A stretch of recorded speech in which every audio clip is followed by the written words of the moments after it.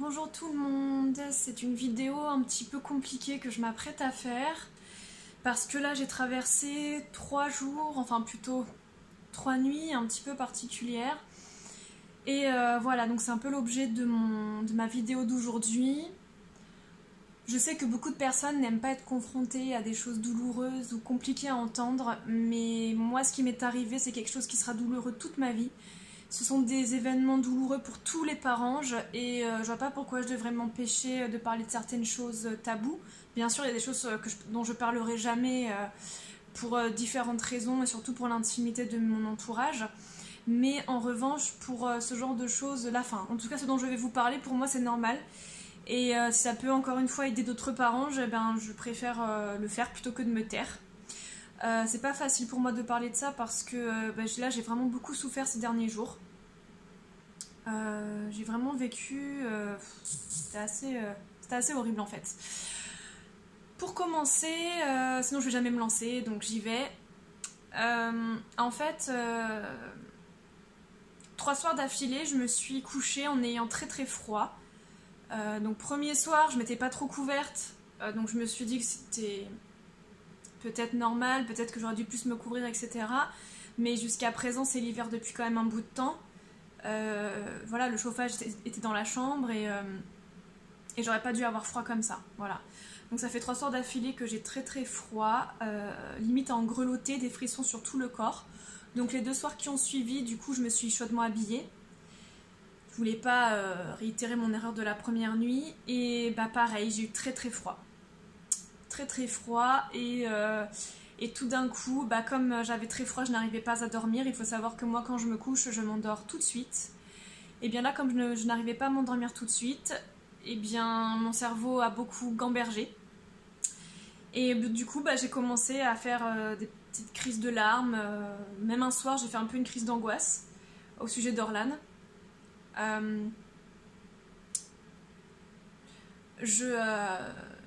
En fait, je focalisais sur le fait que je l'ai connu que décédée. J'avais l'image de son petit corps mort constamment dans ma tête.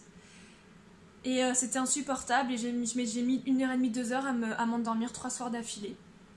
J'ai essayé de m'enlever cette image de la tête mais je n'y arrivais pas. Étant dans le noir, ça n'arrangeait pas les choses. Mon conjoint était déjà endormi à côté et je voulais pas le réveiller. C'était vraiment 3 soirées horribles. Je crois que j'ai tellement essayé d'être forte jusqu'à présent, j'ai tellement donné de ma personne au travail, j'ai tellement voulu reprendre ma vie normalement et tout ça, même s'il y a eu des moments où je vous ai déjà parlé de ce problème que j'avais par rapport au fait que j'ai pas pu connaître ma fille vivante et que les seules images d'elle que j'ai sont des images d'elle décédée. Et donc ça je vous en ai déjà parlé. Désolée, c'est en train de monter les larmes. Voilà. Donc voilà, mais là je pense que tout remonte. Je pense qu'il y a des moments... alors à ce qui paraît, après un drame comme celui-ci, on peut être en dépression dans les 3 ans qui suivent la mort de l'enfant, quand on est en deuil périnatal. Alors je dis pas que je suis en dépression, je pense pas, puisque je continue à bosser, je continue à faire plein de choses, etc. Mais par contre c'est vrai que c'est beaucoup plus compliqué de trouver la motivation de faire les choses. Et puis j'arrivais pas, voilà, ces 3 soirs là où j'ai eu beaucoup de mal à m'endormir, le lendemain j'avais beaucoup de mal à me réveiller, enfin beaucoup de mal à me lever en tout cas. Là, hier soir ça s'est très bien passé, j'ai réussi à m'endormir sans grelotter, j'ai pas eu froid plus que ça s'est très bien passé, voilà. Et ce matin je me suis levée à 6h, qui est pour moi l'heure normale de réveil, puisque je me lève je me lève très tôt tous les matins, j'aime pas me lever tard. Et donc tout ça pour vous dire, donc je pense que voilà, cette étape est passée, mais tout ça pour vous dire que je suis en fait complètement traumatisée d'avoir connu que ma fille décédée, et c'est pas normal d'avoir cette image-là de son enfant, uniquement que cette image-là de son enfant, de pas avoir, même pas avoir eu la chance de l'avoir au moins même 10 minutes vivante, de pouvoir la sentir, de pouvoir voir ses expressions, même si ça aurait été des expressions de bébé et que peut-être ça aurait pas été grand-chose, mais vraiment, c'est un traumatisme pour moi de pas de l'avoir... Pardon. Je vais y arriver, hein. C'est un traumatisme pour moi de pas l'avoir connue vivante et surtout de n'avoir d'elle que des images d'elle décédée, et peut-être que les personnes qui vont me regarder vont trouver ça horrible ce que je dis, mais c'est la réalité en fait, c'est réel. Des personnes ne connaîtront jamais leur enfant et ne connaîtront que le corps inanimé de leur enfant, et il faut se le mettre dans le crâne en fait. Et moi, c'est vrai que jusqu'à présent, il y avait beaucoup de moments où j'arrivais à faire abstraction.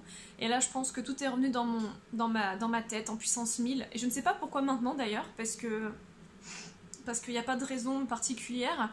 Après, il faut savoir que son anniversaire de naissance et de mort arrive bientôt, en février, dans presque un mois tout pile. Et du coup, c'est vrai que peut-être c'est pour ça que je réfléchis à ça et que ça me vient dans la tête. Mais se coucher avec ces images-là de son enfant, je peux vous dire que c'est vraiment... peut-être que c'est difficile de vous rendre compte, je sais pas, mais pour ceux qui ont vécu ça, je pense que vous saurez très bien de quoi je parle. Mais en tout cas, c'est vraiment très difficile. Et j'espère que ça recommencera pas, je veux plus vivre ça. Alors après, je me suis imaginé un million de trucs, je me suis dit, peut-être que c'est parce que, peut-être que j'ai trop refoulé trop longtemps. Après, je pense pas être quelqu'un qui refoule, puisque j'exprime énormément mes émotions et mes sentiments, que j'ai cette chaîne YouTube, que je parle beaucoup à mon entourage de tout ce que je ressens par rapport à ma vie de mamange. Mais peut-être que ça a besoin de ressortir maintenant, et voilà, et j'espère que ça va pas durer, parce que vraiment je vais pas pouvoir continuer comme ça. Si ça continue, ça va vraiment trop me bouffer quoi. Ce matin, j'étais tellement heureuse d'arriver à me lever à 6h, de faire mon sport très tôt, de répondre à mes mails à 6h30, 7h, je répondais déjà à mes mails. Enfin ça, c'est ça que j'aime, c'est vivre, c'est faire plein de choses, c'est pas m'endormir angoissée avec des images horribles et... Enfin, images horribles dans le sens, voilà, vous avez compris, mais après, pour moi, c'est pas vraiment des images horribles puisque c'est mon enfant. Mais forcément, il y a une espèce d'horreur qui s'en dégage parce que c'est pas normal, parce que je suis dégoûtée, parce que c'est pas normal ce qui s'est passé et que ça devrait pas exister. Enfin, même si, bon, ça existe depuis la nuit des temps, je suppose, et que, encore en 2020, ça arrive à beaucoup moins de parents. Mais voilà, c'est arrivé et du coup, c'est vrai que avoir uniquement cette image de son corps, ce côté morbide des choses, vraiment ça me rend folle, parce qu'en fait il faut savoir que moi j'ai jamais eu vraiment de problème avec la mort depuis que j'ai 12, 13, 14 ans, depuis mon adolescence. J'ai toujours été attirée par le côté gothique, métal, etc. C'est vraiment un milieu qui m'a toujours attirée, j'ai toujours trouvé ça très esthétique, que les émotions étaient très exprimées, enfin j'ai toujours adoré ce milieu-là pour un milliard de raisons. Voilà, j'ai eu un groupe de métal pendant des années, voilà, c'est quelque chose qui... Voilà, et du coup, ce milieu-là m'a permis en fait d'accepter la mort. Et en fait, voilà, pour moi, la mort fait partie de la vie. Et disons que pour moi, la mort, ça n'a jamais été quelque chose... c'est quelque chose forcément qui fait de la peine quand quelqu'un de notre entourage décède, c'est sûr. Mais en fait, ça m'aidait moi à accepter le fait qu'un jour j'allais mourir. Et il y a très peu de personnes qui se disent... qui acceptent leur propre mort, je pense. Moi, c'était une de mes forces. Et au décès d'Orlan, on va pas se mentir, je pense que ça m'a... Maintenant j'ai un rapport à la mort qui est très différent. Avant, quand je regardais des films, j'étais pas dégoûtée quand je voyais des gens qui décédaient. Bon, j'étais dégoûtée des fois quand c'était un petit peu gore, etc. Mais bon, ça me choquait pas. Disons que j'acceptais parce que pour moi c'était des choses qui pouvaient arriver, des choses normales. Mais là, maintenant que ma fille est décédée, dès que je vois un film ou une série où il y a des personnes qui sont en train de mourir, ou alors je vais voir des gens qui sont morts, des corps morts, ou je vais voir des bébés morts, parce que là j'ai vu une série il y a pas longtemps, d'ailleurs une série que j'adore, voilà, où il y avait pas mal de bébés morts, etc. Même un bébé bleu qui était enterré dans le sable. Franchement, bon là forcément que là ça fait écho à mon enfant, mais je veux dire, j'ai un rapport à la mort qui a beaucoup changé, parce que voilà, j'ai vu ma fille décédée, j'ai vu ma fille morte, je ne l'ai connue que comme ça, et du coup maintenant voilà, j'ai un problème, j'ai pas un problème avec la mort, je sais qu'un jour je mourrai, et tant mieux, et je veux pas vivre éternellement, et ça m'ira très bien de mourir un jour, mais ce que je veux dire c'est que maintenant je suis une espèce d'un petit peu de phobie, dès que je vois des images de mort ou de personnes malades, j'ai une espèce de petite phobie quoi, qui s'installe, je suis pas très bien, je suis pas à l'aise, j'ai envie d'arrêter la série, j'ai envie d'arrêter le film et tout ça. Et avant, ça m'arrivait pas, ça. Donc je vais voir comment les choses évoluent, et si je vois que c'est vraiment trop difficile, j'irai revoir un psy, ou je ferai quelque chose pour que ça aille. mais je peux pas rester comme ça en tout cas. Voilà, c'est vrai que cette force que j'avais d'accepter la mort désormais, elle s'est envolée, je n'ai plus cette force-là. Je suis vraiment traumatisée d'avoir vu ma fille décéder et de l'avoir vue que comme ça, et j'espère de tout cœur que...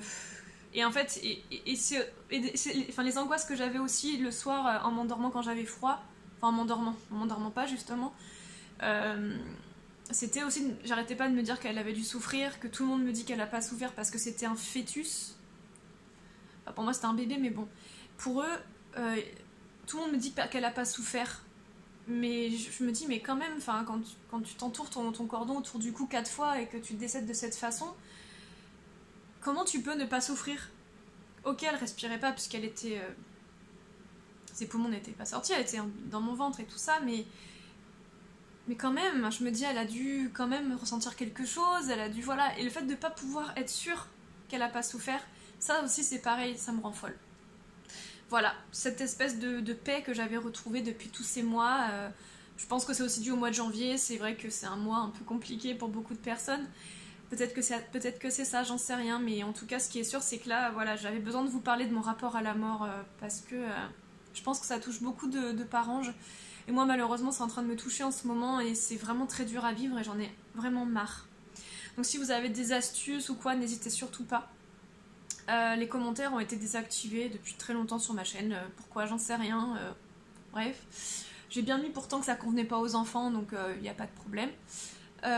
Donc si vous voulez m'écrire, mon Facebook c'est Amanda PA. Amanda PA, donc PA, la lettre P et la lettre A. Voilà, donc n'hésitez pas à m'envoyer un message sur Messenger ou même à me demander en ami si vous avez des astuces pour justement pour plus supporter ces images traumatisantes, et si vous avez réussi à passer le cap d'une façon ou d'une autre, ça m'intéresse, parce que voilà, si ça continue, je pourrais pas continuer comme ça, c'est pas possible en fait, voilà. Bon, et bien j'espère que cette vidéo vous a plu. C'était pas vraiment... Enfin, je pense pas que ça puisse vraiment plaire ce genre de vidéo, mais qu'au moins ça a pu aider certains parents qui peut-être ressentent la même chose que moi, du coup se sentent peut-être moins seuls. Voilà, en tout cas, je vais faire beaucoup de choses pour que ça aille mieux. Heureusement que là j'ai pas mal de sorties de prévues, qu'au travail j'ai plein de petites choses qui se mettent en place. Ça va vraiment m'aider, je m'accroche à tous ces petits détails pour aller mieux. Et je pense que c'est aussi ce qu'il faut que vous fassiez vous aussi parents pour vous en sortir. Et voilà, donc si vous avez des astuces, ou même si vous avez des questions, que vous voulez parler avec moi, je vous invite à me contacter sur Facebook. Voilà, je vous embrasse, à bientôt.